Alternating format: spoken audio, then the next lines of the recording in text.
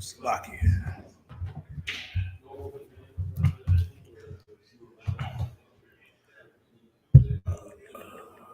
Okay. All right. Okay. All right.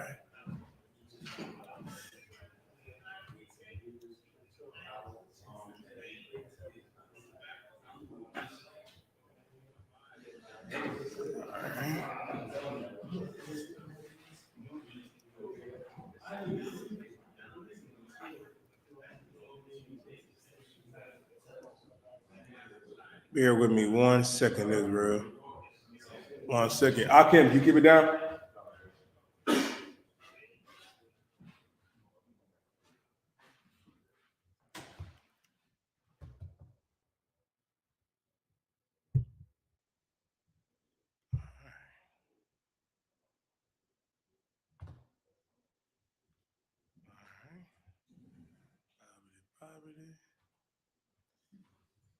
Hold y'all questions too. General Muhammad should be here shortly. All right.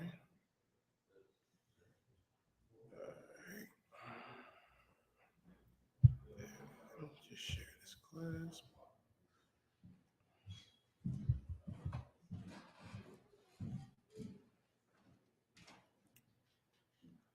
With hold Jeremiah 17:4.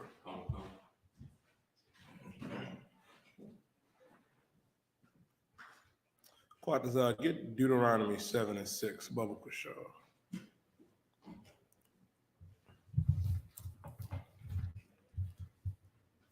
All right, Most High Christ, Shalom, Israel, Yahweh, Bashim Yahshua, Bragatham, Yahweh, Shema, Thum, Bashim Yahshua, priest and officer of 1,000, Yadai, holding it down till 12 show General Muhammad gets here. As Blacks, Latinos, and First Nation men and women, we got to understand, man, now is the time more than ever to come out of the world. Now is the time for our people to come together on a grand scale. Like, it seems like, you know what I mean, Quadnazar, we can come together, you know what I mean, for all the wrong things in life.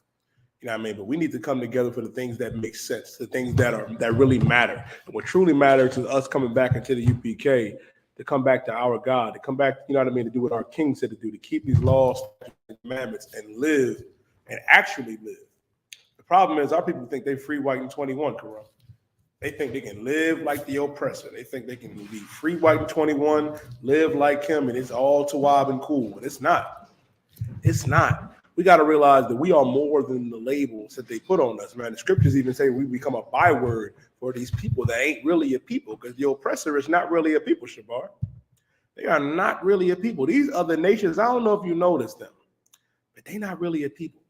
They're a lawless people. They eat anything. They do whatever the hell they want to do. That's not a lifestyle that we can live.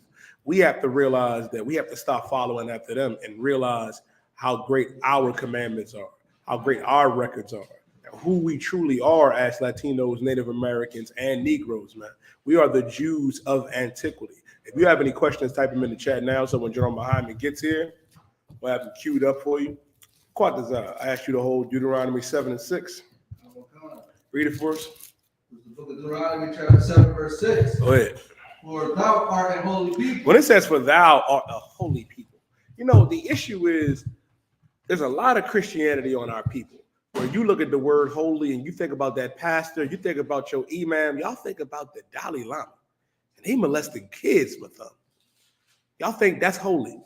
There's nothing holy about them. Holy just means to be separate, set apart.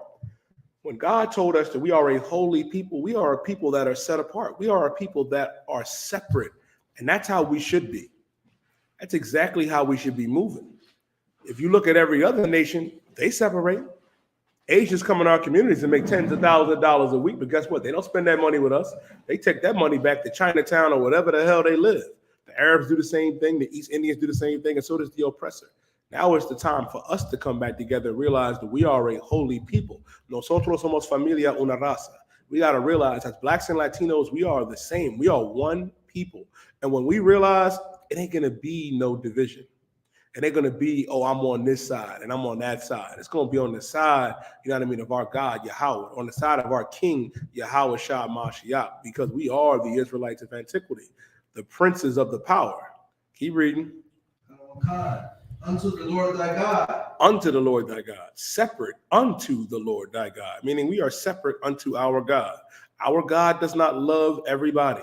Contrary to your belief, our God does not care about the Asians at all. The Africans, the East Indians, the Arabs, the oppressors, the Polynesians, none of them.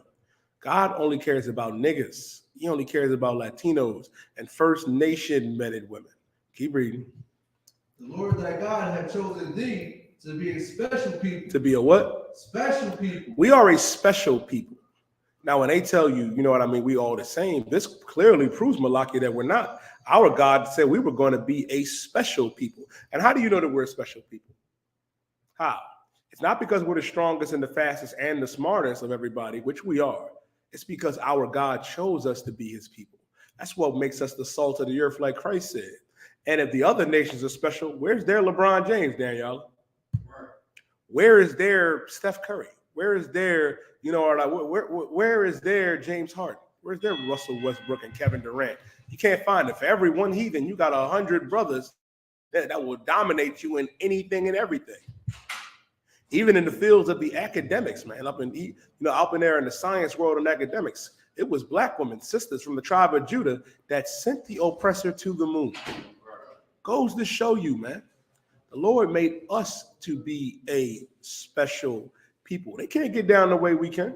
They can't. You know, they can't hit a baseball like a Puerto Rican brother. The oppressor for damn sure can't box like an Issacharite brother or a Judite. That ain't gonna happen. You ain't gonna find that. We are a special people. Read on. Unto himself. Unto himself. Meaning our God chose us to be special unto himself. Meaning out of all of these nations, he chose the Latino. He chose the North and Seminole Indians, man. He chose that black man and woman to be a special people unto himself. Meaning this, our God is trying to tell us something. Our God, just by this right here, Malaki, our God is telling us that if we're a special people unto him, that means he couldn't possibly care about these other nations because he made a distinction between us and everybody. And you know what we would do if we realized that? We wouldn't kill each other. We wouldn't sell drugs to one another. It wouldn't be no division between each other if we all knew that we were a special people. Our people struggle with wanting to be that nigga. Wanting to be, oh, I'm that nigga, or sister saying, I'm that bitch, I'm this, you ain't that nigga, I'm that nigga. Let me tell you something, our God, we all that nigga. We all are. And that's what we have to understand. I tell brothers all the time, you can't flex on me. You know why? Because I want you to succeed. I want you to win because you're a special people unto the Most High.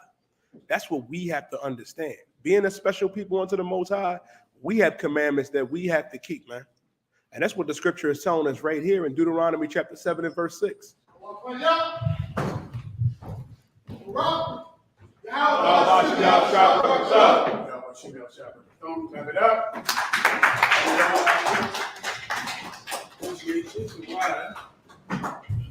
Yes. I'll answer your questions in the room and online. We'll get to the topics we need to get on today.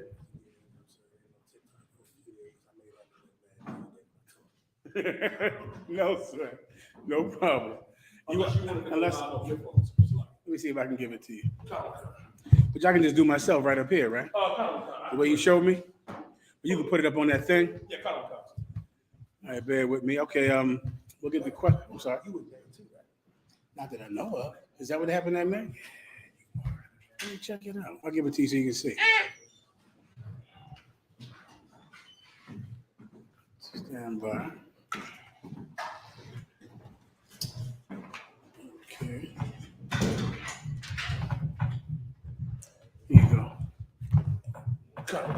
Do your thing. Okay, if I take your questions in the room and online, I'll get to the topics I need to get on with tonight. All right, no problem. Up front, what's your question? Sir, when nuclear war pops off and everything, this land in America is going to burn for over 1,000 years. Absolutely. This land is the biblically prophesied lake of fire. That's where we are right now. Many Christians read about the lake of fire in the book of Revelations, right? And it's important to visualize it like a body of water. Imagine the outline of the American continent, especially the North American continent, especially the United States. That is the biblically prophesied lake of fire, brother, that will burn for 1,000 years. And as you know in the Bible, 1,000 years is not a literal number. It's a number that's just a long, very long time. Absolutely. Any other questions? If you need the precept, just to let me know, all right? Any questions in the room? Questions online? One question. Solid. One brother asked, my question is, where is the tribe of Dan located? The tribe of Dan is a family within the tribe of Manasseh. You know that because of Deuteronomy 33, Genesis 49, and in Joshua. The tribe of Dan at one time had enough members to be considered a tribe, which would mean a very, very large family in Israel, among the 12 largest families in Israel. After the Assyrian captivity, when the so-called northern kingdom went into the Assyrian captivity, when the tribe of Dan came out of that captivity, their numbers were too small. They didn't have enough men to be considered one of the 12 largest families. Think of it like if you're from the tribe of Judah, raise your hand if you're from the tribe of Judah, right? That's the so-called Negro. There are other families in Judah, like the Johnsons.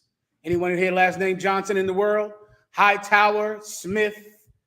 Those are Judite names that come from slavery. Right? Many Judites are named Hightower, Washington, Freeman, right? Those are Judite names that many Judites received once they got out of slavery, especially freemen. Or Judites from the north were called freemen, or porter, or some job, some job that Judites would have.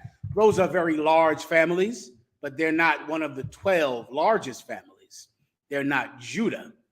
Now, if you're a Smith, you're from a large family, but you're not from Judah. Judah is among the 12 largest families. Dan became a large family in Manasseh, but no longer one of the 12 largest families, which is why the tribe of Dan is not listed on the gates of the kingdom of heaven, which are written in the book of Revelations, because they're no longer large enough. That's also why the Most High God said that Dan, he shall be as an adder in the way, biting the horse and his rider, because now Dan is like a snake on the path. You can't see him. And because you can't see him, he bites your horse and the rider goes flying off. The Bible says that Dan shall leap from Bashan. The Most High said that Bashan is given as an inheritance unto Manasseh, the bull. The so-called Manassites are the so-called Cubans, the Latino Cubans, so-called Latino Cubans today in Cuba. All right, and here in America, mainly in Florida, or in Miami to be specific. All right. Next, any other questions? The water for the drink up. Can I have it? I guess I can't do nothing about that. Give me a little discreet cup. He give me a cup so everybody can see exactly what's in there. Come on, brothers. Help me out here. Give me some shame and dignity. All right. give me another. Give me another question.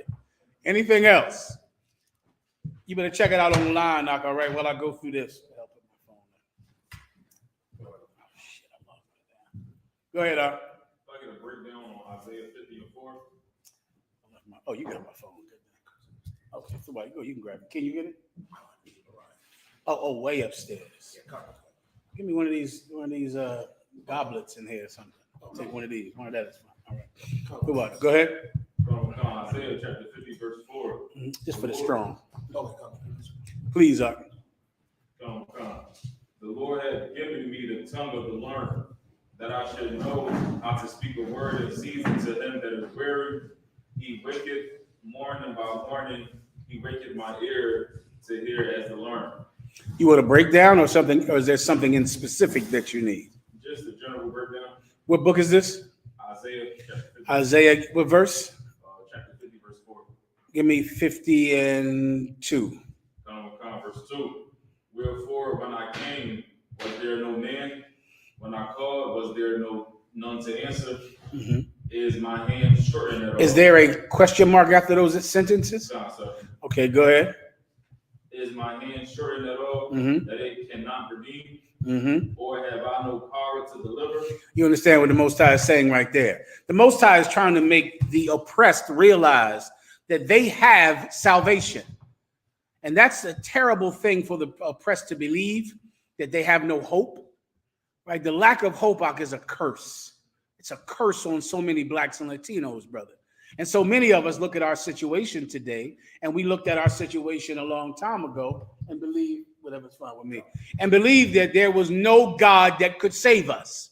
That there was nothing that the Lord of Abraham, Isaac, and Jacob could do to defend us against an enemy so powerful and in a situation so dire. But the Most High God is saying what? Read it again. Or have I no power to deliver? You get that? Read the 2 verses up, please, again. Verse 2. Isaiah chapter 50, verse 2. Wherefore, when I came, was there no man? When I came, was there no man? Meaning, when the Most High decides to deliver you, he can't find a prophet to do his will. He can't find Moses. He can't find Jeremiah, Ezekiel, Isaiah. He can't send our King Jesus Christ to deliver the Israelites from under the oppression of the Romans. Well, then surely he can find a man today. Is there when he comes, he can't find a man? Of course he can. I don't care what situation blacks and Latinos are in. There are always some men that will not bend the knee to Baal. Always. I don't care if one out of, of 5 out of every 10 brothers are willing to serve Satan for their own stomachs and their own penises. The Most High God has men that will still stand for him. Always. When he comes, can he not find a man? Yes, he can. Keep going. When I called, was there none to answer? When I called, no one answered me. They absolutely did answer me. Like that's one of the clues the keys to knowing when you're serving the Lord thy God. The Most High God said that wide is the gate that leadeth into destruction, and many there be that enter therein. But narrow is the gate that leadeth into righteousness, and few there be that enter in that gate. Yes, finding the truth, brother, means you're going to have to follow something that the masses of society do not believe in. Right? This is not Christmas in here. This is not being a drug addict. If you smoke weed, congratulations, everyone does. Barack Obama, Snoop Doggy Dogg, your mother, your father, your cousins, your preachers, they all get high, all of them. So if you want to smoke weed, you're doing the thing that everyone does. But if you want to serve in the Israelite school of UPK under Commanding General Yohana, you have to be rare to do this, because narrow is the gate that leadeth into righteousness and everlasting life, and few there be that do it. The Most High can't find a few men to do his will? Absolutely he can. Continue. Is my hand shortened at all, that it cannot redeem? Or have I no power to deliver? Behold, at my Stand by. Is my hand shortened that I cannot redeem? Imagine a man drowning or a woman drowning. The Most High can't reach out and save that person. Is his hand shortened that he can't redeem you? Redeem means save. absolutely. His arm is long enough, brother. He can find you. He can't find you in those projects. He can't find you hiding in a closet while your parents are fighting or while your mother is turning a trick. He can't find you. He can. He can't find you in a mental institution. He can. He can't find you hiding or sleeping in your car, living in your car. He can. He can find you there. He can reach out to you even there. Keep going. Behold, at my rebuke, I dry up the sea. Come on, man. I pray you understand this part. At his rebuke, he dries up the sea. And you think your problems are so great, don't you? Oh, you got gigantic problems that have never happened before in your life. These problems you have are the biggest. You lost your job. You're the first black man or Hispanic to ever lose his job. The Most High surely can't do anything about that. What'd you do? Lose some slut that never was yours in the first place? You're the first person to ever be cheated on. Surely God cannot help you. At his rebuke, he dries up the sea. If he gets angry at the sea, brother, there's no more sea. He'll blow on it and it goes away. He did it during the time of Egypt when he parted the Red Sea. He just made it go away in the middle. There was no more sea there. I think he can do something about your problem. He can handle that. You just don't want him to handle that. Why don't we get to the point? Right? You just don't want God's help with your problem because you like the pleasure that your problem gives you. That's it. If you brothers want to get off of drugs and get off of alcoholism, there's one way, and really, there's nothing else that works. Nothing. The pain of being an alcoholic is going to have to be worse than the pleasure of getting drunk. The pleasure of being sober is going to have to be greater than the pleasure of getting high. That's all that works. Nothing else works. You can go dip yourself in that Baptist pool 10 times. You can go into a rehab program like many people do, do it once a year. Go into a drug rehab every year. Get about 30 days clean, wear your pin, wear your NA or your AA button, be all proud of it, red around your neck, and then get your new one when you go back in. Because until you decide that the suffering of being a drug addict and being an alcoholic is so bad, I'd rather suffer not having a drink. I'd rather suffer not getting high, because whatever pain is worse is the pain you're going to avoid. That's it. Clearly, if you wanted help from God, he can help you. You know how he can help you? He can rebuke you and make you suffer so terribly while you're getting high that you'll say, you know what, even though I like getting high, I can't stand the pain I'm going through. I'd rather go through the pain of missing weed, because that also hurts. It hurts to miss cocaine. It hurts to miss pills. It hurts your body. You're going to be in physical pain when you stop smoking weed. Physical pain. You're going to feel it. You're going to be so anxious and so you don't know what to do, and you'll get in arguments and fights, and your body is going to crave it. Your body will need it, and it will hurt. Then you'll decide, is this the worst pain, or is the pain that I get from getting high, what it does to my life, is that the worst pain?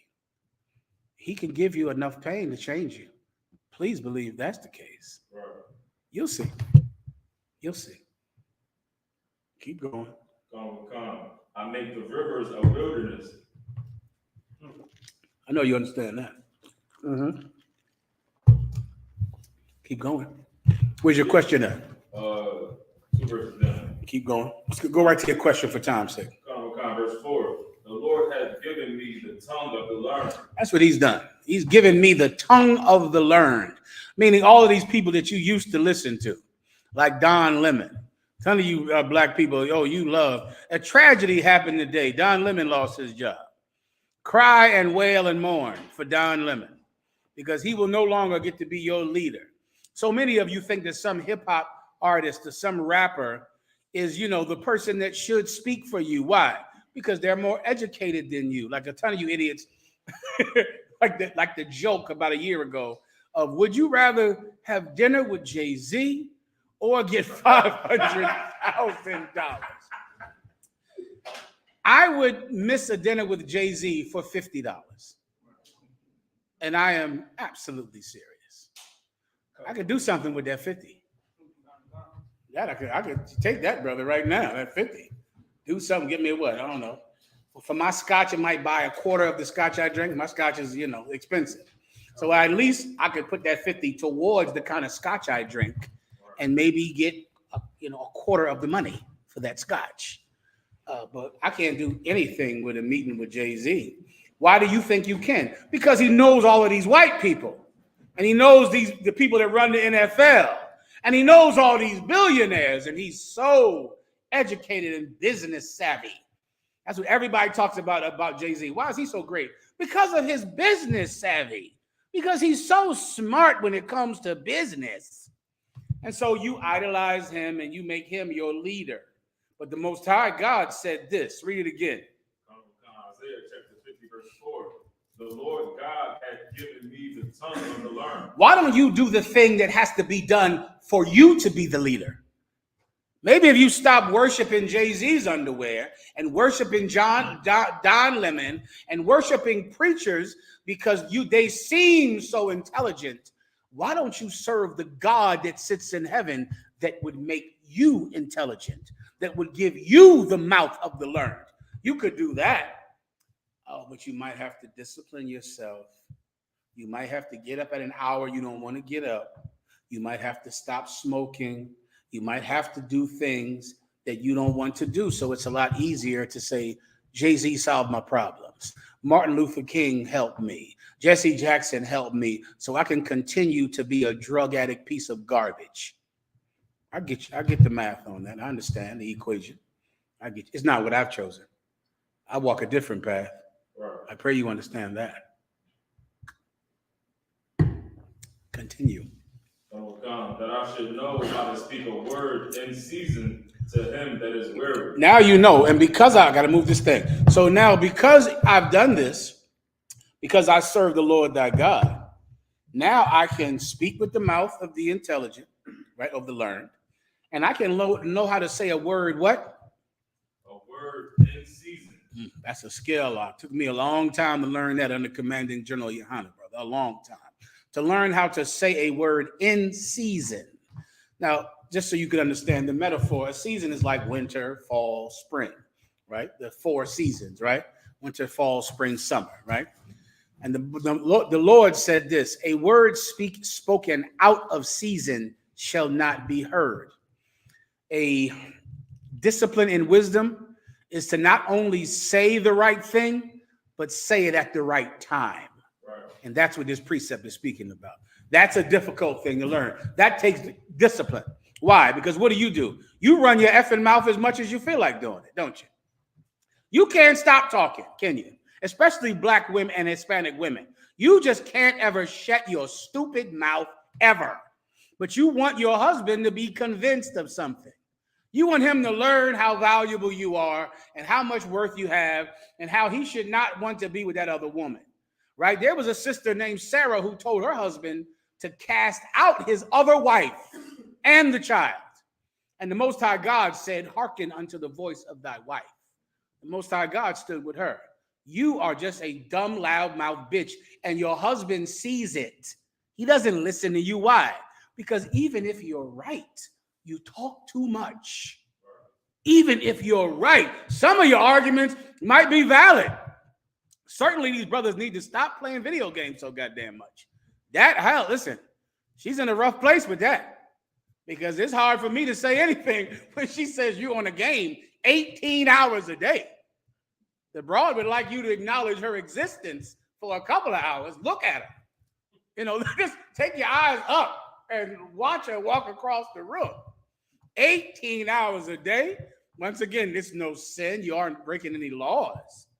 But you did choose to have a woman and children, and you're playing in a artificial world for 18 hours a day. Now, once again, she might have a lot to do with that. Right? It might be better to be in that virtual world than to hear her goddamn mouth 18 hours a day. That's a whole different discussion.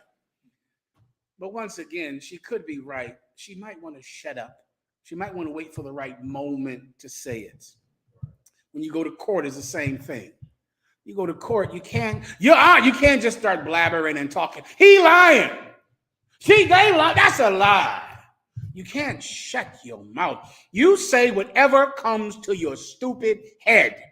The first time you think it, it comes out of your mouth. Now, you could be right. They could be lying. But what you're saying is out of season, and no one will hear it now. I know you don't understand, so I'm not going to ask. Keep going. He waketh morning by morning. He wakeneth my ear to hear and to learn. He wakes me up every day, morning by morning. And he gets my ear awoke so I can learn. That's why we have classes and not church. Now, I hope you understand that. We don't have church in here. We don't have a giant band and organ players and a ton of entertainment, because this is a school, young man.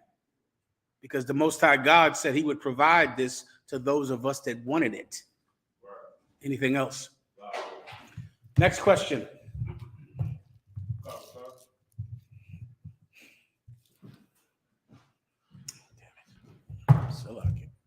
Go ahead. Sir. Sister asked, if I may, is separation lawful, and if so, when is it permissible to do so? Separation is lawful, like everything. You have to have a council, and the priests have to approve it. Young brother, you want to know where we are? No, you said, does anyone have any questions? I have a lot of questions. You got to hold your point for 1 second. Someone rose their hand before you right here. I'll get you as soon as we're done, all right? The sister's question was, read it again. She said, if I may, is separation lawful? And if so, when is it permissible to do so? Let me give you the precept. It's 1 Corinthians, the 7th chapter. Okay, let them be separated for a time. Separation is lawful, but like everything, there's rules to being separated. Everything has rules. The Most High provides all manner of pleasure here on this planet Earth. Everything that a man could want, everything that your soul could lust after, which means that your soul could want. But like in all things, there's rules to having it. And if a woman, which many times a woman will call the school because she wants a separation. Many of you brothers go through this, where you'll have a woman that says, I want to separate. I want to separate. You can have a separation, but there's rules to a separation. I'm going to go over those rules right now. All right? You want to read, Warrior, up front? Please. The book of 1 Corinthians, chapter 7, verse 10. And unto the married I command, ye not I, but the Lord. Let not the wife depart from her husband. But 1 second. First thing, the Most High God said, I command, meaning it's not a request. It's not only if you're happy. You don't stay with him as long as you're happy, like a ton of dumb, silly bitches do. Happiness. You run your whole life based on happiness. You know, if you're happy here, are you happy? Is he making you happy? But I'm not happy. You're a child. You're a child. But when you become an adult, you can't base your decisions on life on happiness. Else, why would commitments need to be made? Don't you know that's the whole point of making commitments? When you go into the white man's military, he makes you sign a contract, does he not? Why do people even sign contracts? Why, even in America, do they make you sign a marriage license and you have to sign a contract? What's the point of agreements and contracts and obligations if people could simply end them when they're not happy?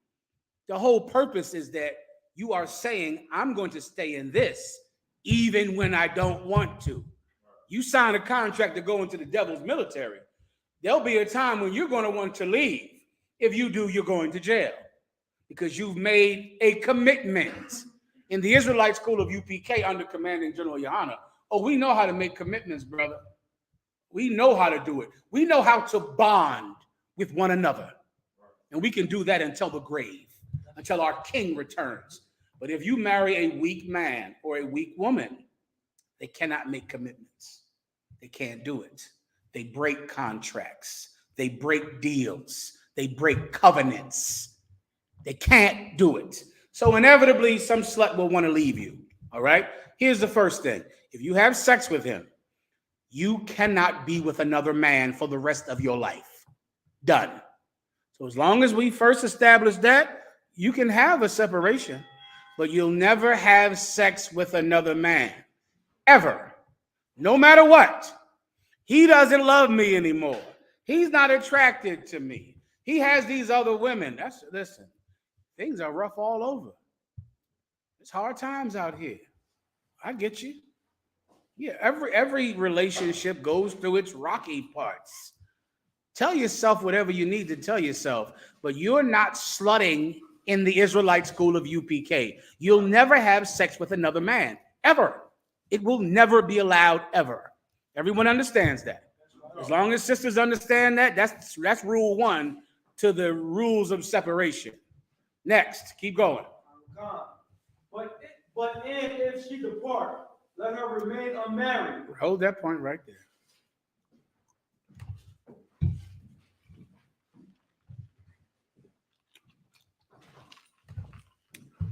Now that she knows that, she might still decide to depart. No sweat. Let her remain unmarried. So if she's not with you, she cannot be with anyone. She doesn't want to live with you. She don't want to have sex with you. No sweat. Then she has sex with no one. No one at all. So now as this separation is going on, you know for a fact she's not whoring herself. She's not meeting her ex-boyfriend, which is what all these whores do. Right? Some whore is going to leave you to go back to the last man she whored on. That's it. That's all. And in her mind, she thinks that's better than being a slut, because in her mind, since they've already been together, she's not adding to her body count. That's a new word for the kids, you die. Body count. That was a different thing when I was young. But now a body count is the amount of, I'm fine, warrior, the amount of men you've been with. So she leaves them. Remember, she left this man. Who can guess why? Raise your hand for the reason that everybody's wife has left her ex-husband. You die. Because she wasn't happy. She wasn't happy with him, right?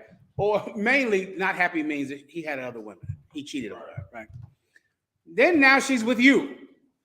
And now she's going to leave you and go back to him. Now remember, she had to leave him because it was so terrible. And you know what's the funniest thing, right? That cat who she talks about all the time to you, she's going to go call him again. Mm-hmm. That same guy, he beat me. He was physically abusive. Oh, he was so physically abusive. He was terrible. The minute that she's angry with you, she's going to start calling him again. And you would wonder, you would be like, well, damn, you talked about him every day for 2 years. How your baby's father was just the most terrible person in the world. He was so physically, and mentally abusive to you. And you're calling him again. Guess what, brothers? In a week, after she leaves you and has sex with him, she'll be calling you again. Because she is just a whore. Why do I have to teach this? This is your life. This is what you've been doing since you were 13. Keep going. Remain unmarried or be reconciled. But if you're a sister of God, a daughter of Zion, but you're upset with him, you're not happy right now. I get it. It's all right. You can leave him. You can go move out. You can go live somewhere else. Move back in with your mama. You're a baby anyway. Babies got to go be with their mommies. I understand. You got to go be with your mom. You're a baby. Me, myself, I have sex with grown women. That's right. Grown women. Do I have to grown? You understand me? Grown. You have sex with, children, pouting, crying kids, looking to go move back in with their mom. Let her go. Let her go. If she goes, and if she's in the UPK, she cannot be with anyone else but you. So it's either you or no one. That's the rule. Keep going. Read it one more time so I can make sure it got in their dumb heads. Read it again. And if she depart, let her remain unmarried, or be reconciled to her husband. Those are your choices, baby girl. You either stay alone or reconcile with your husband. That's your choice. That's it. You stay by yourself because you're happier by yourself anyway. You can do bad all by yourself. Go do bad then. Go do terribly alone. Either you do that or you go back to him. Those are the rules of separation. Give me the other one about if a woman or a man wants to separate, wants to not have sex. Was it anything else right here, Rob? Trooper up front. I'm sorry, I forget your rank. My apologies. Go ahead. Please, Tawada Bakaryala. And let not the husband put away his wife. Here you go. And the husband, don't put her away. What does putting her away mean? Don't ever say or indicate anything to her that means she's free to go be with another man. Don't do that. Many ignorant brothers will do that in your anger. You'll say, well, go be with him. I'm not with you anymore. You're not my wife. Don't do that up. Don't do that. Because all she's going to do is call me and say, he left me. He told me he didn't want to be with me anymore. You don't mean that. Don't be like her. Don't say things out of emotion. Watch your mouth. Don't do that. You're angry with her. Have some fetters, some rules on your tongue. Yes, you can call her a bitch if that's how she's behaving. You can call a woman a bitch if she's behaving like that. You should not call her a bitch if she's not behaving like that. You shouldn't do that. You should say the thing that is true about her. If she's righteous and wonderful, say it. The Bible says that a righteous woman deserveth praise. That's in the Bible. You're supposed to talk about how wonderful she is. Go on Instagram and tell everybody what an excellent wife you have. Go on social media and give her flowers.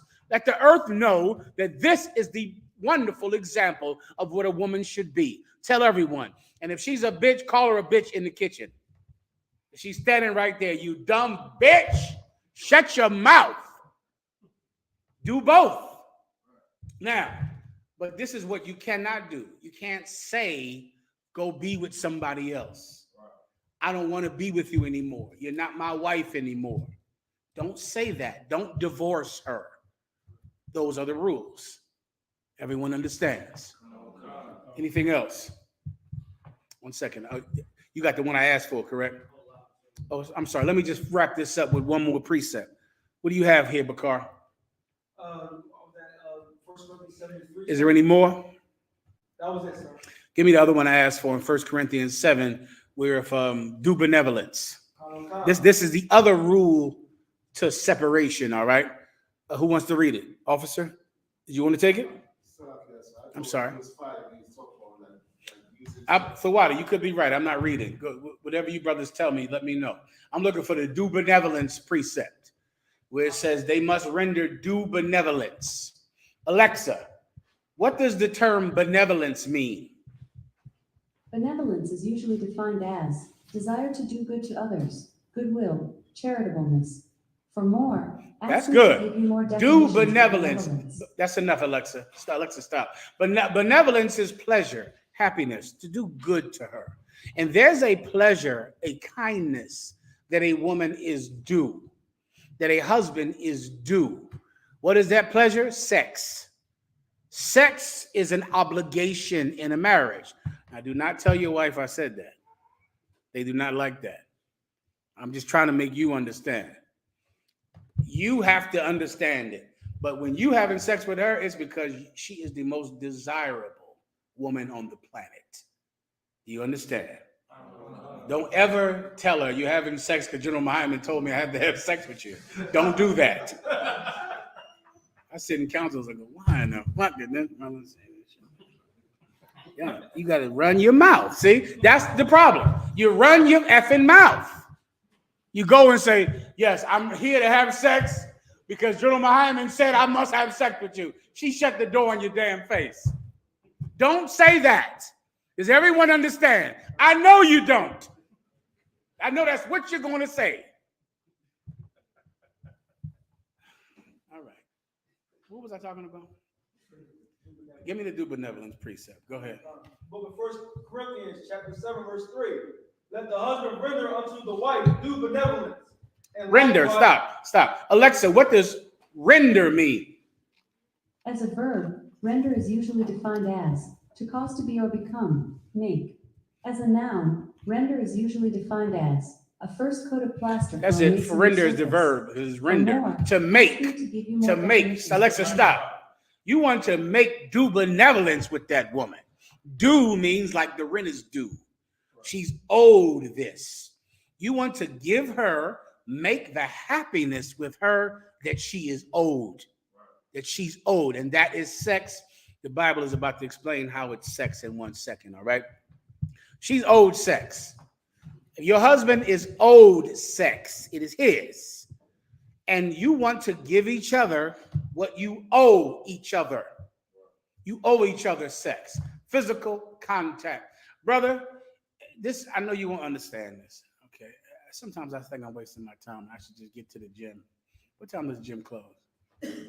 Because I know you're not going to understand it, right? Human beings need physical contact. It's not a choice. Mammals have to have it. They have to be touched. Touching is integral in forming a bond or family or a closeness. And without it, you will cause mental disorders in children. They've done studies about this since the 1900s in Zurich, in Germany. You take a mouse and you don't touch that mouse. You take another mouse and you put him with his mother. You take another mouse and you just brush him with a paintbrush. This is an actual study you can Google and look up. I believe Carl Jung did this study.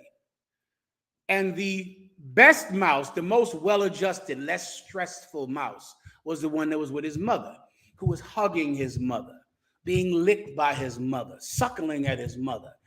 The next mouse that was the most healthy and well-adjusted was the mouse who was brushed and fed with a bottle. That mouse who only got fed with that bottle was a lunatic who bit and ate the other mice that came into the pen with him. Human touch is essential. It's an essential thing. And that's why milk comes out of the breast, because touch is essential. You have to be touched. You have to be held. It's important. Even in the UPK, in our salute, we touch each other because you need it. You need it. It's essential in how we bond with each other, and we hug each other. We touch each other. Who don't you touch? An enemy. An enemy, you never touch him. He's an enemy. You hold your sword when he's around. But a friend, you open your hands. You don't have any sword. And you touch him. And you touch her. And you touch each other. Because touch is essential to good psychology, to a good spirit. Come on, warrior. I was watching something. They was talking about a lot of white men that go mass murders. They're the ones that don't get touched and don't have a woman's touch at all. So they go crazy. They call it the incel community. What the officer is saying is correct. And they've been researching this, brother, since Carl Jung. They've been researching this since Sigmund Freud. They've been researching that when these babies, they're in these orphanages and they don't get touched, and they grow up and kill every goddamn body out because they don't have a mother to hold them and rock them and kiss them. They don't have a father that puts them on their shoulders and goes and picks them up in the air and throws them in the air. And they grow up to be serial killers. Touch is essential. You owe her your touch. She owes you hers. It's essential. It's important. And it's hers. And it's his. Does everyone understand? Continue. Likewise, also the wife unto the husband. Likewise, the same thing. You owe her touches. She owes you touches. You touch and hold it. Hold it in public. Put her arm in yours. And look at her and grab her by the hand and guide her down the street. because she can hold your arm. Do it. And get in the bed and touch her. Smack that tail when she's washing dishes.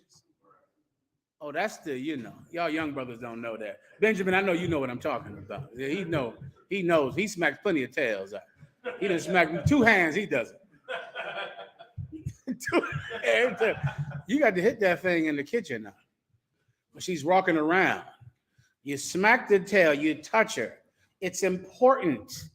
It's what every human being needs. Men and women need it. You get my point? Keep going. The wife have not power of her own body. Over her own what? Body. Her own what? Body. Her own what? Body. The wife hath not power over her own body. Keep going. But the husband. But the husband. You might want to withhold your touch. You don't have the power to do that. The wife hath not power over her own body. Keep going. But the husband has power. That's his body. That's not yours.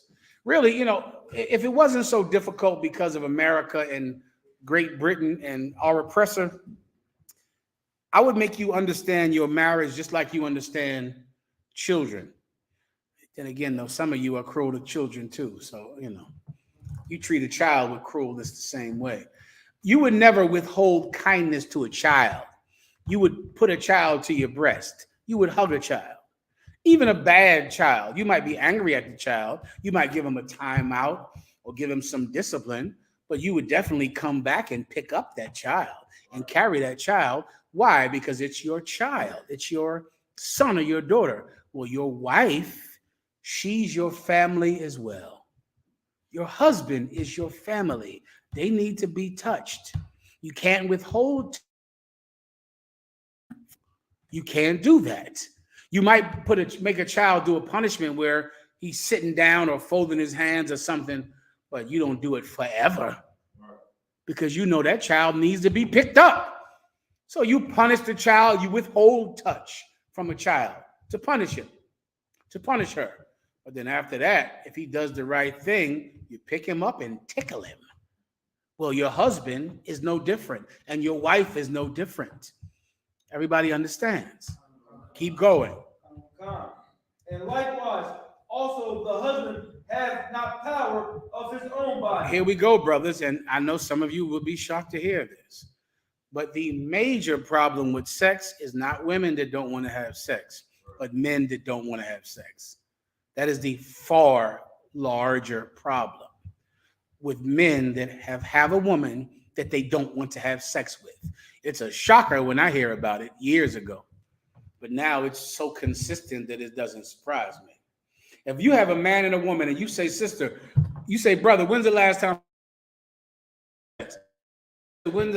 you had sex? 2 months ago? Every time. Because the brother doesn't even realize that he's not having sex with this woman. He doesn't even know about it, especially if he has other women. Then forget about it. That he doesn't even know that this woman has not been touched in 2 months. He's on the video game. He's trying to get to the next level or do that. What's the one where you're killing all the terrorists? Who's killing the terrorists out here the best? Warzone. You die. You killing the hell of them terrorists. Warzone. What's the one that everybody plays? Call of Duty. That's the one. That's ending marriages, that Call of Duty. That Call of Duty is destroying homes because you're killing so many terrorists. You're getting so much pleasure out of killing those terrorists. Meanwhile, she wagging that tail all around that house. You don't know anything about it. You don't see it. Well, it's your responsibility to see it. Just like it's your responsibility to hug your daughter or to throw your son in the air and with him all the goddamn time. It's your responsibility to give them physical contact. Your body does not belong to you. Her body does not belong to her. I'm reading it right now in the Bible. The New Testament, Christians. It's in the New Testament right here. Keep going. Has not power of his own body, but the wife. Damn. And in the UPK, we believe in a man's dominance and authority over a woman given him by God. Not your body. Your body belongs to her. That's in the Bible. Right. Continue. Defraud ye not one the other. Alexa, what does the word defraud mean? From dailywritingtips.com. It has many meanings, such as evil or significant. Oh, she don't want to tell me that. Defraud is like when you defraud someone to steal from them, to withhold something that is theirs. Like if someone defrauds you money in the back. To deprive. Perfect example. Perfect definition. To deprive her of touches, of kisses, of sweetness, of sex, of that rod that she has to have like it's medicine. She has to have it. Giving a woman penis, it's medicine to her soul. It's like an injection of love and self-esteem and intelligence and the Spirit of God all at once. And you've got to give it to her, even if you don't want to. Some of you watching those pornos. You don't want me to go into that. See me one more time so I can go into that, don't y'all? I can go straight into it immediately, because that's what's ending the happiness in the home. That goddamn pornography. You brothers got pornography taped to your eyelids. It's too much for you. You can't handle it.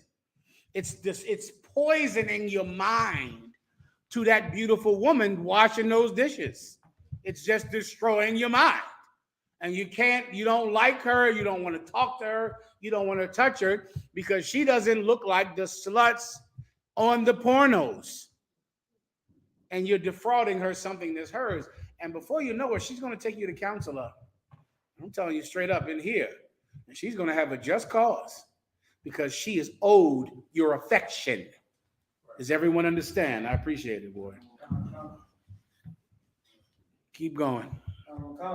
Defraud ye not one the other, except it be with consent for a time. With what? Except, meaning you can't defraud each other. You can't withhold affection from each other. Except, here we go for the separation question, right? You can deny each other affection. Read it again. Except it be with consent for a time. For what? For a time. And except it be with what? Consent. With what? Consent. With what? Consent. Consent. Here is the mind-blowing, what's the word for it, Bun? You know, like when you sign a contract, a caveat or is caveat the right word, Bun? Bun is a genius. He knows. A caveat. If you want to have a separation, you can have it with this caveat. Alexa, what does the word caveat mean? Caveat is usually defined as a warning or caution, admonition. Stop, Alexa. Alexa, stop. With one caution, right? You have to have consent to have a separation. Consent. Meaning what? Your husband has to agree. He has to agree. Or else a woman of God has to go over there and have sex with him once a week, twice a week, whatever you two do. You're going to still have to do it. Afterwards, you can go back to your mom and cry with her and braid her hair, or she braids your hair, whatever y'all doing over there that makes you feel like a child. But if you want a separation, your husband has to agree to it. He has to say, all right, she wants a separation, no problem. We're not going to have sex for the next 3 months. I agree. We're not going to have sex for the next 6 months. I agree. And your husband might agree to it. He could agree to it. Or he might want some of that tail regularly, all the time, because it looks good, smells good, is wonderful. And he might say, I'm not agreeing to no separation.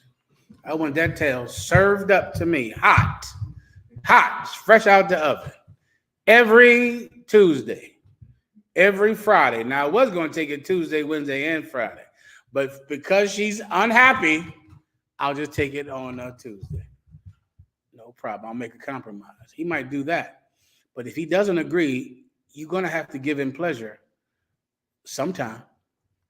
But maybe he'll agree because of your stupid mouth and you talk so much and you emasculate him. He might be sick of you. So he might agree to a separation. If he does, then you can be separate. Read that last part right there. The last one. For a time. For a time. For a time. 3 months, a month, 2 weeks. I don't know. Whatever. That can be negotiated in the council. So what are the rules? For a time, we keep reading. That you may give yourselves to fasting and prayer. Why? Because really, here's the key to this. This is what you children won't understand. The reason that you can't get along in your marriage is because there's something wrong with you. That's it. Commanding General Yohana joined the ISUPK, I think in 84. I don't even remember. I want to say 84. It could have been 83, 82. I don't know. And during that time, he saw virtually every man, not virtually, Zalaki, every man that was above him leave the truth. Every last one. Every last one. Now, there were only 7 men that were above him when he came into the school. All of those men laid down their swords. Every last one of them. He still didn't leave the school. He saw everyone that did leave the school change the doctrine, create some new religion. There's some group called the IUIC that just became Catholics. Roman Catholics, purple Roman centurions with halos around their head. Am I making this up? I am not. Commanding General Yohana just kept doing the thing he did while those 7 men were over him. The only reason he's even called Commanding General Yohana is because that is the last rank raise he received in the 90s from those 7 men. That's it. He never made himself the bishop. The bishop or the look at this shit. It's a lot. That's the IUIC. That's their Passover this year. Just Roman Catholics with halos. Now, this cat, they left school back in the 90s. They left the UPK. At one time, they were in the UPK. After they left, they just did whatever they wanted to do. Their lack of imagination led them to just be Catholics with Roman halos. Commanding General Yohana got raised up to be the #1 general in the school. And I want to say it was in 98 because I was there when they made him the #1 general in the school. And he just kept that rank and never exalted himself ever. Right. Why can he do that, but you can't stay with your husband? You can't stay with her. You can't have sex with a woman. You got a penis in your pants. You can't stick it in her. Commander General Yohana stays in the UPK and everybody leaves. Everybody does something different. He just says, in 1998, they made me the #1 general in the school. I'll just forever. You can't marry a woman and stay with her for more than 3 years. You're weak. And you don't have my honor. I don't value you at all because you're weak. I don't value you because you're weak if you're a woman. You're just weak. And that's it. And if you think it's anything more than that, you're lying to yourself. Men and women that make commitments and they're not. I'm just talking. Tell me some of the Roman stuff if you don't mind. All right. Young brother right here, you had a question. What was your question? Yes, I'm new here. I have a question. Mm-hmm. Can Gentiles be saved? Are you a Gentile? No. Who is a Gentile? Anybody outside of You? anybody outside the tribe of I got you, but focus on my question. Are you a Gentile? No. Who is a Gentile then? Anybody outside of Israel? Anybody? Are you an Israelite? Yes. You are an Israelite. Yes. So give me some names. Just the first one that comes to the top of your head. Barack Obama. Barack Obama is an African. Right. Say again? Clinton. Clinton, that's a good one. Clinton is what would you call Clinton? Clinton would be what we would call today a white man. White man. White person. Caucasian? Of the Caucasian race? Of the Caucasus Mountains. Right? You've heard of Bill Clinton before. You know he's white, right? Okay. Your question is, can someone besides you be saved? Okay, let me reiterate my question. Can a Christian that goes to a Christian church be saved? Can a Christian go to a Christian church be saved? I got you. Let me help you, young brother. You said you're new, right? Now I'm going to help you. You're new, and what's today's date? Can you imagine how many times I've been asked this question? More times than you can possibly. This really is the only question I've been asked. The only one. And the reason I've been asked this question is because of slavery and Christianity. The reason I asked you what your race is because this is clearly not about you being saved, but this is about whether Bill Clinton can be saved. And so I'm going to answer that.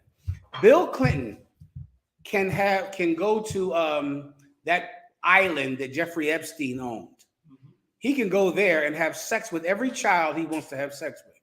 Bill Clinton can sell books and make millions of dollars. Bill Clinton can be president for 8 years. Bill Clinton can commit crime after crime and never go to jail. But Bill Clinton cannot have the kingdom of heaven prophesied for the Israelites. Now,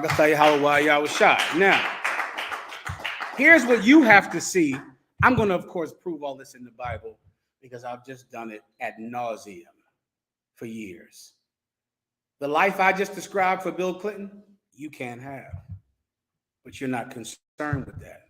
It doesn't matter to you that you will never have the life of Bill Clinton, ever. No matter how much you pray, no matter how much you dance, no matter how much you read the Bible, you will never have the privilege that Bill Clinton has, ever. But your concern, your first concern, is whether or not Bill Clinton can go to heaven. And what you just have to know, and I know it's difficult to know, is that that is a condition of slavery. Because Bill Clinton could care less whether or not you can commit crime, whether or not you get to go to Epstein's Island, whether or not you can get blowjobs at your office and no one care about it and no one impeach you. Bill Clinton doesn't care about you, but you do care about Bill Clinton. And that's your right. It's a free country.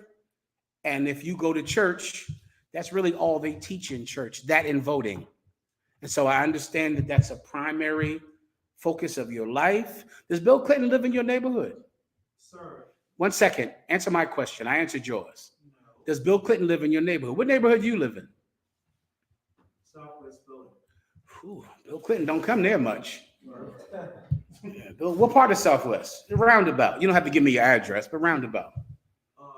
Baltimore Avenue. What in Baltimore? 45th? No, not in Baltimore. What? You said what near? Okay, well, okay. Give me a little more. What in Baltimore? Roundabout. Chester Avenue. 1 second.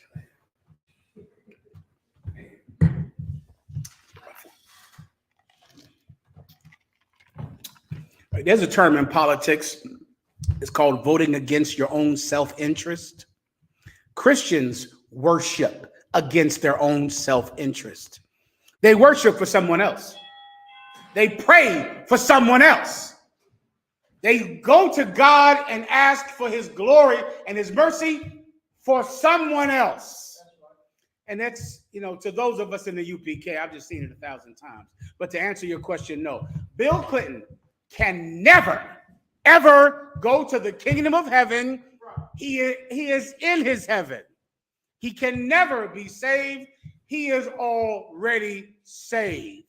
What would he do in the kingdom of heaven? He's already having sex with children and not paying for it. He's already rich. But Baltimore Avenue, brother. Who grew up around Baltimore Avenue, Southwest Philadelphia? Where are you from around about? Oof. I know that place well. I've done many a mission around 60th and King Sessing, 58th and King Sessing in specific. Whew. Bill Clinton doesn't come there much, y'all. Barack Obama, forget about it. No, thank you. Those people at 58th and King Sessing, those people on Chester Avenue, they need salvation. Right. Bill Clinton does not. He's doing just fine without your prayers, without your worship, without your diligence for his salvation. I'm going to give you a few precepts, all right? Come on. Please. The book of Romans, chapter 10, and verse 1. Brethren, my heart's desire and prayer to God for Israel is that they might be saved. For who? That for Israel. For who? For Israel. The young warrior, he just said he was an Israelite. He didn't say he was a Christian. He said afterwards, for a Christian that goes to church, but you said you acknowledge that you're an Israelite. Am I wrong? Did you acknowledge that you were an Israelite? He said it. Well, here's what the Most High God would have you focus on. Please. Romans chapter 10 and verse 1. Brethren, my heart's desire and prayer to God for Israel is that they might be saved. That's what the Apostle Paul said. Listen. I know a lot of good white people. I'm sure you know some. I know plenty of good white people are kind-hearted white people. There's a white judge that back in 1943 stood up and defended a black man who had his eyes burned out of his head because he dared to come home from World War II wearing a U.S. military uniform. Look him up. And this judge in the South, the jury, they tried to arrest the men that gouged out his eyes. The jury said they were not guilty, with overwhelming evidence that they gouged this brother's eyes out, and he went the rest of his life blind. This white judge said this is wrong and wanted to overturn the verdict. President Eisenhower, is it Eisenhower? Who was president after Theodore Roosevelt? Not Theodore Roosevelt, the other Roosevelt. Truman. President Truman did a speech and said, this is a terrible event. That a black man coming to the South after serving his country should have his eyes gouged out of his head because he dared to wear the U.S. uniform. President Truman was a good white man. A good white man. He knew it was wrong. This judge knew it was wrong. After this judge tried to overturn his verdict, a mob of white men chased down the street, and he had to leave out of a side door because they tried to kill him. This judge. What am I pointing at? Jesus. Tried to unalive him. So like we on TikTok. All right. Look at this. Hold up. Before I go on to the Christian thing, check this out right here. This is how I see that. That's there. General Yana never did that. He didn't become a Roman. Right. He didn't do that, Doug. Back to the Christians. This Eisenhower, what did I say? Truman. He was a good white man. He cared about the cruelty that black people were suffering at that time. It's been a few good white men like that. I'm sure you think Bill Clinton was a good white man. He wore sunglasses, didn't he? You're an older man. You know he played saxophone. I know you remember that. That's why you Clinton, because many people say that Bill Clinton was really the first black president. Because, brother, because he played the saxophone. And he wore those sunglasses, didn't he? He looked cool in those sunglasses. I remember that Bill Clinton wearing the sunglasses, getting blowjobs. He was a real black man. He was no one that we should care about. He wasn't more important than Southwest Philly. Please believe that. He wasn't more important than them. The Lord said his what? Read that again. Brethren, my heart's desire. His what? My heart's desire. His what? My heart's desire. One of these days, blacks and Hispanics will realize you get what you really want. You get that thing. You want presidents and mayors. Voting is coming up. You're going to get the thing you want. You're going to get it because you vote for it. You stand in line all day to vote. You want Bill Clinton. You want Barack Obama. You're getting it. And Southwest Philadelphia is going to be a place that you really can't go outside. You really can't walk down the street there. Bill Clinton, after Barack Obama, after a church on every corner. Why? Because that's not what you wanted in the first place. You wanted Bill Clinton to succeed. He did. Congratulations. You won. Let the kingdom of heaven go to the poor and the afflicted of God's people. Let them have the next kingdom. Bill Clinton has this one. He won. How much? Bill Clinton was president in what, the 90s? He still is a focus of black Christians. He needs to get the presidency, blowjobs, everything, and heaven. I can't devote myself to the health and the blowjobs of another man when I live in Southwest Philly. They need my love.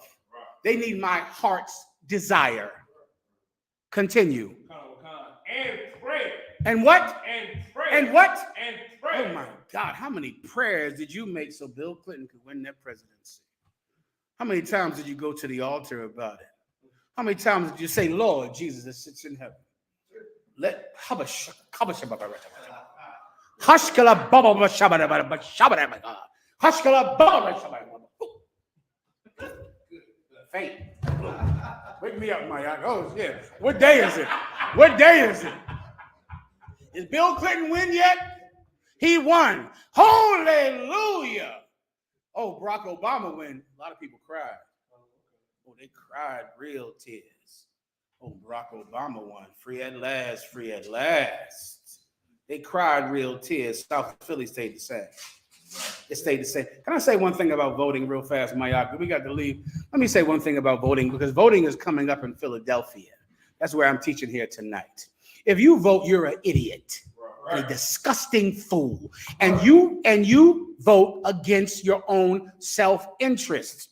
There is only one reason that any black or Hispanic should vote. This is on your same topic, Warrior. There's only one reason. I don't have to prove the other reasons that you shouldn't vote. I don't have to prove that voting does nothing, because you've been here too long and you voted too much. And sometimes the person you supported wins. Sometimes the person you're against wins. Nothing changes for Southwest Philly, no matter what. So that I don't have to prove anymore. There's only one prevailing thought that always makes you say, we still got to go out there and vote in the name of Jesus. What's that? Who knows what that argument is that wins every year? How about you, young warrior? He's a young brother. You seem like you might have casted a vote in your day. Yes. No, I have never. You've never given him a hand. God damn. You never vote. You didn't vote for Bill Clinton? Did you vote for Bill Clinton? Give him a hand. Ooh, that's a lot of us. Hold your point.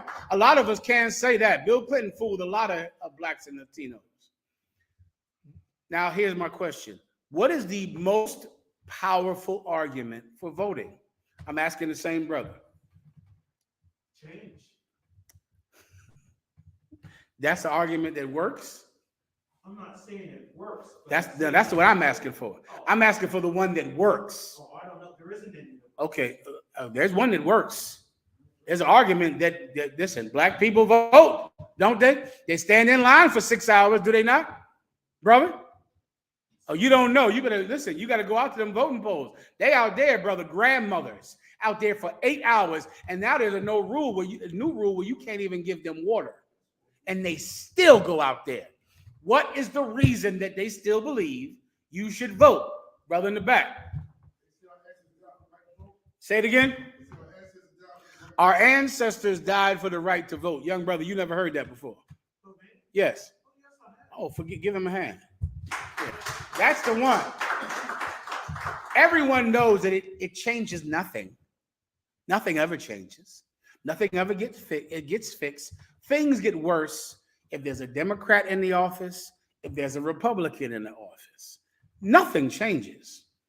But the argument that works is that our ancestors, hold your point out, our ancestors died for the right to Christianity. What do you want to say, warrior? What do you want to say? Sir, in the beginning when you asked me, I was nervous. Okay. I said, let me reiterate my question. And my question is this. Christians in the Christian church, can they be saved? Forget about Bill Clinton. Forget about voting. I got you. That's why I understand. So you're talking about Christians regardless of race. Yes. I got That's you. why I said, are you interested in the question? I totally understand. So when you said Bill Clinton earlier, you didn't really mean that. No, I was nervous. It can happen. Listen, I know. I understand. You was nervous. Big deal. I'm not making a big deal about it. You died. What'd you want to say? The answer to the question is in the second verse about Christians. It's coming here. Come All on. right. Go ahead, please. You died. Come. I'll start from verse 1. Brethren, my heart's desire and prayer to God for Israel that they might be saved. Verse 2. For I bear them record that they have a zeal of God, but not according to knowledge. Here's something that you'll understand as you grow in the truth, young warrior. Okay, being zealous and believing in something doesn't mean true. And Christians have a zeal for God. They praise God. They love their Lord and Savior Jesus Christ. But it doesn't mean it's true. And really believing in a thing doesn't make it true, which is why Paul is saying this, that he knows that they have a zeal of God. He only desires for them to be saved. That's all he cares about is them. He knows that they have this strong zeal for God, but it's ignorant. Christianity is ignorant of how to actually get real salvation. It's ignorant of it. They don't know how to actually do it. Or else Southwest Philadelphia would be better, because there are so many Christians in Southwest Philadelphia. Please, you're dying. Verse 3. Of course. For they being ignorant They of being God. what? Bubbity. For they being ignorant of God's righteousness. There you go. Just pause it right there. Christians are ignorant of God's righteousness. The church you grew up in was an ignorant place, a place of ignorance and darkness. That place, a place of child molesters, a place of homosexuality, the church that you grew up in. It's an ignorant place. It's a place that's void from knowledge and understanding. It's a completely dim and dark place to be a Christian. It's a terrible life. I don't have to tell you, that's where you got molested. That's where the choir molests children. And on the church retreats, they have orgies. Am I telling you, brothers and sisters, something? Raise your hand if you've ever heard of the sexual misconduct in churches. Raise your hand. Brother, you never heard of that. You never heard of, oh, give him a hand. You've heard of it too. Damn. I mean, I would think you would know they can't be teaching the truth if they're molesting kids. That would damn near be obvious that they don't know who can be saved. Like these people, you go to a child molester and say, who can be saved, Reverend? How the hell do you think he knows? He's a child molester. You ask him, who is salvation for? Ask me. I know. I don't molest children. Right. I'm not a homosexual. Right. Ask me who can be saved. I know. He can't know because of his conduct. Read it again. The book of Romans, chapter 10 and verse 3. For they, being ignorant of God's righteousness and going about to establish their own righteousness. Read that last part. Going about. And going about to establish their own righteousness. Since you don't know what God said and what God's righteousness is, you establish your own righteousness. And what is America against? Racism. America is anti-racist, even though it's built into the Constitution to be racist. America is not a racist country. We don't believe in racism. Christians have simply decided what is righteous and ignored what God said is righteous. And that's in the, they got me again. You done got me clipped from TikTok. You. No, not you. Give him a hand. It ain't your fault. It is not his fault. It's my fault because I'm ignorant of what to say on TikTok. I'm learning what to say on TikTok. I'm too old for TikTok, really. Go. They hate my face. Y'all handsome brothers got to go on TikTok. I am too ugly and scary to be on TikTok. Anyway, now I'll just speak freely. The white man's the devil that the Bible speaks of. Bill Clinton is the devil that the Bible speaks of. Wait 1 second. What time do we have to go? Or am I good? Solid. What do you want to say, brother? You had your hand up. Yeah, you said the white man's the devil. I did. Ooh, boy, it's a rough one. Got you. I'll break it down for you. Okay. So he's Satan himself? No, he's not Satan. He's Lucifer? No, he is Lucifer. He's Lucifer, and he is who's coming is after the working of Satan. I'll give you one precept, all right? Then I'll answer some more questions. Give me 1 Thessalonians. Do you have a Bible with you? Yes. Okay, I'll break it down for you. The white man is the devil that the Bible speaks of, the deceiver, diablo, which means he is a deceiver, a liar. Okay, you've heard that term before, screamed in churches, right? But the devil is a liar while a woman is dancing and naked, right? Or falling down on the ground, right? Or some child molester is hooping and hollering, right? The devil is a liar. When you grew up, was your pastor homosexual? No. Give him a hand. That's a good church. Not that I know. Give him a hand. Hold up now, Maya. Telling the truth on him now. Okay, I'll give you one precept, all right? Everyone else, give me more questions that I need. This is the good one for you, warrior, all right? 1 Thessalonians, what do I need? 2 and 3 sounds right, all right? You want to read a bun? Okay, make sure the young brother has it first. Do you have it out? 1 Thessalonians 2 and 3, water. Go ahead. 2 Thessalonians chapter 2, verse 3. Let no man deceive you by any means. Now, that's important, right? And this is a major thing when it comes to Christianity. Christians operate under this belief that they're not being lied to. And it's such a naive belief because it's almost like to become Christian, you have to have more faith. And having faith means you suspend logic. You suspend common sense. Brother, I know you know this, right? You have to believe if you're a Christian. You have to have faith. And Christians make you think that having faith means you suspend your common sense. You let it go. You forget about your Southwest Philly. You forget about what you see.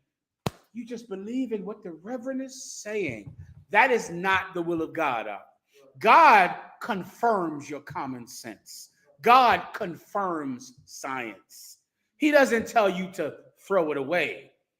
I'm going to read for you. Read it again. Let no man deceive you by any means. What does that mean, brother? Be careful about people lying to you. You've got to be careful of it.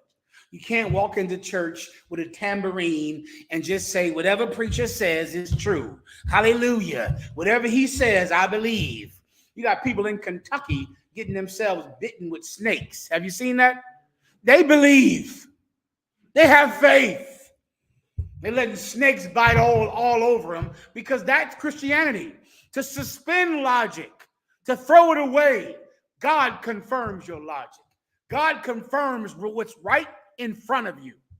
Let no man be deceived. Don't let them lie to you, Ak. I know they're telling you who the devil is. I know they're telling you who works for Satan. Be careful because they're lying to you. Let no man be deceived. Keep going. For that day shall not come. For that day. What's the day that every Christian is looking for, warrior? Same brother. To be raptured out of here. What's the day? What's it called? The day. Judgment Day. Judgment Day. That's the day that every good Christian is looking for. Well, there are people that will lie to you, and their lies will make you not be able to get that day. You want that day if you're a Christian. If you're a Christian, I would assume you want the end of America. Is that right? Yeah, you. Well, Bobbity. Is America, hold up. Do you believe America is going to exist while Jesus Christ sits on his holy throne? So do you want America to end and for Jesus Christ to sit on his holy throne? Do you prefer the throne of Jesus Christ to the government of America? Do you want America to end and for Jesus Christ to rule? Give him a hand. Now you're a Christian. You believe in Jesus Christ because they can't rule at once. No one man can serve two masters, right? So they can't serve it. They can't rule at one time. So all of us agree that we want Jesus Christ to rule. There are people trying to fool you out of your kingdom. They're lying to you. Beware, lest any man beguile you. Keep going. For that day shall not come. Except, So what? Say that one more time. For that day shall not come. Say that again. For that day shall not. Say that again. For that day shall not come. That day shall not come. We want judgment day. We want that. We want the day of our Lord. We want Jesus Christ to come. Brother, that day shall not come. It's right here in the New Testament. That day shall not come. Keep going. Except there come a falling away. Except there come a what? Falling away. Except there come a what? Falling away. Except there come a falling away. Imagine something, brother, that's built up, strong. Then it begins to fall away like a crumbling rocks on a cliff. It's strong first, but then it begins to fall away. That day will not come until there is a falling away. Keep going. And that man of sin. And that what? Man of sin. And that what? Man of sin. Keep going. Be revealed. Be what? Revealed. Be what? Revealed. You want Jesus Christ to come back, brother? The man of sin has to be revealed, or else that day will not come. That's here in the Bible. His persona, his magnificent Mount Rushmore has to crumble. He has to diminish in the eyes of his faithful, or else Christ is not coming back, because no man can serve two masters. How will Jesus Christ return while you love Bill Clinton? I know you didn't really mean that. You were nervous at the time. I'm talking about another brother. Many of our people are in love with Bill Clinton and Barack Obama, coincidentally. Many of our people. I'm talking about them, not you. All right? If that image doesn't fall, how will Christ return when you already have a king? How will they come back? How will Christ return when you love your current ruler? Keep going. That man of sin. That what of sin? Man of sin. That what of sin? Man. Brother, I taught this in court one time to a judge, a good judge in Philadelphia. I wish I knew her name, because she sided with the Israelite school of UPK over Liberty Place. And I taught her that the white man was the devil. I taught it to her in court, and she believed it. She knew it was right. And she considered our right to say it sacrosanct and covered by the Constitution. That the white Brakatha Yahweh was that the white man was the devil. That man of sin must be revealed for Christ to return, for that day to happen. Keep going. The son of perdition. The what? Son of perdition. What is Alexa? What is perdition? Perdition is usually defined as a state of final spiritual ruin, loss of the soul, damnation. For more, Hallelujah. more definitions. Alexa, stop. Hallelujah. Haskila Baba Shababa. He does it, and I heard he did. Listen. He is the son of perdition, the son of ruin, the son of destroying Southwest Philadelphia, destroying King Sessing, destroying Detroit, destroying Mexico, destroying Guatemala, destroying Jamaica. He is the son of ruin, the son of perdition. If we do not reveal him, that day never happens. It's right here in front of you. If you have an opposite breakdown, I'll hear you out. I've never heard an opposite one since 1995. Commanding General Yohana hasn't heard one since the 80s. Keep going. Verse 4. Who opposeth and exalteth himself above all that is called God. He opposes, meaning he's against, and exalts himself above all that is called God. Anything that is called a God, he is greater. He is more, which is why some brothers, even though they live in the ghetto, will fight for Bill Clinton to have the kingdom of heaven. Not you, but other people. They'll do that because in their mind, Bill Clinton is God. And they don't want heaven without Bill Clinton there. They don't want heaven without white people because in their mind, he is bigger than God. He's bigger than heaven. You would think someone, after you've done drugs and after the sins that you've committed, you would think you would take heaven no matter who doesn't get to go. Please believe if the Lord has enough mercy, I am a violent man who has done terrible things. If the Lord lets me into the kingdom, I won't be thinking about you. Please believe it. I pray you understand that. I won't think about you one day because I don't belong there. And if he lets me in, a piece of garbage like me, I'll be thankful I even made it in. David said that I would rather be a doorkeeper in the kingdom of heaven than to not get in.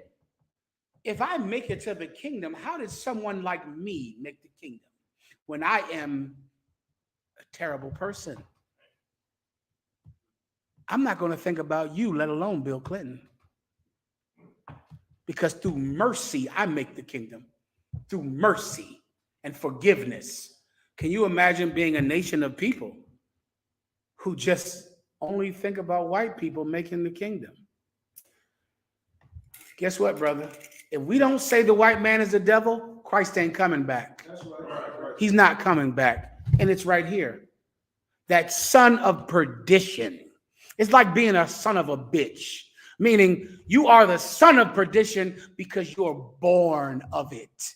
You're born of failure, born of racism, born of poverty. You come, whenever you're around, you destroy the people who serve you. Keep going. Who opposes and exalteth himself above all that is called God, or that is worship. Or that is worship. Really, you can't worship anything else but white people. Nothing. Whatever religion you're in, whatever you're doing, if you're Muslim, they had the Hajj in Mecca this week in Philadelphia. I know you brothers in Philly know about that because you about as Muslim as a goddamn flying carpet down here in Philadelphia. So I know you know all about the Hajj. I know you know about it. But you know what? Each one of those Muslims, go talk to one. You know what they'll say? Who knows what they'll say? We're not racist. We love white people. We're not racist. Because even a Muslim has to be Christian. Everyone must be Christian no matter what. Why? Because he's above every God and everything that is called God. Continue.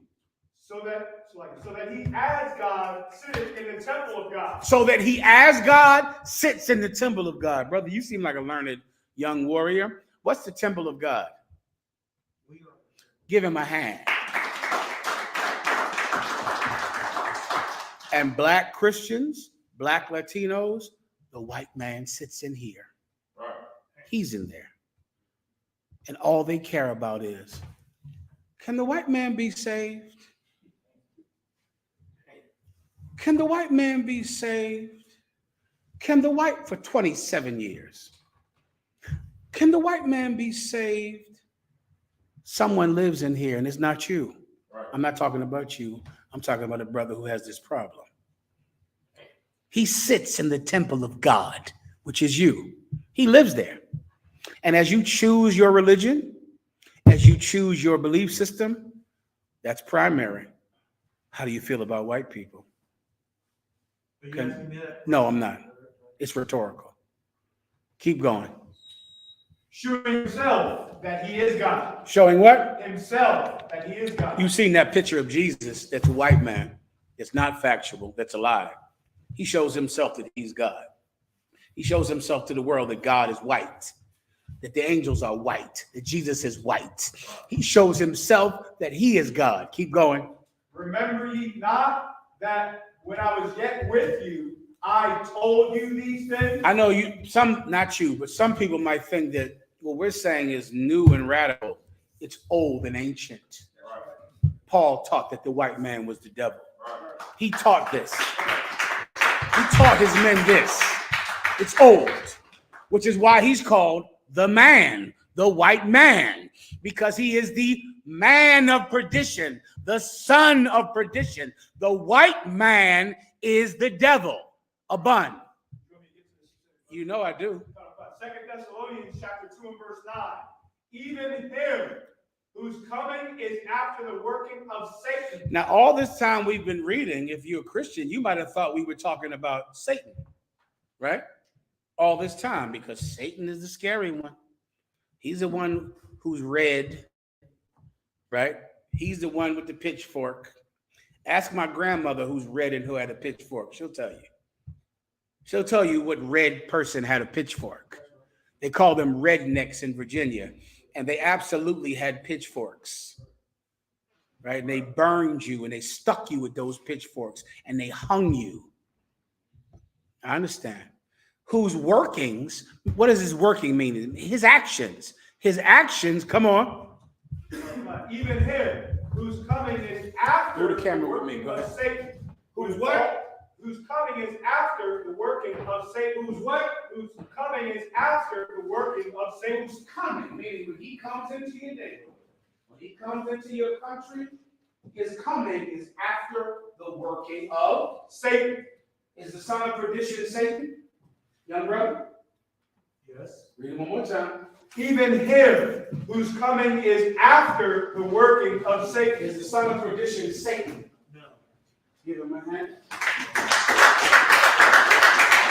But when he comes, he does the work of Satan.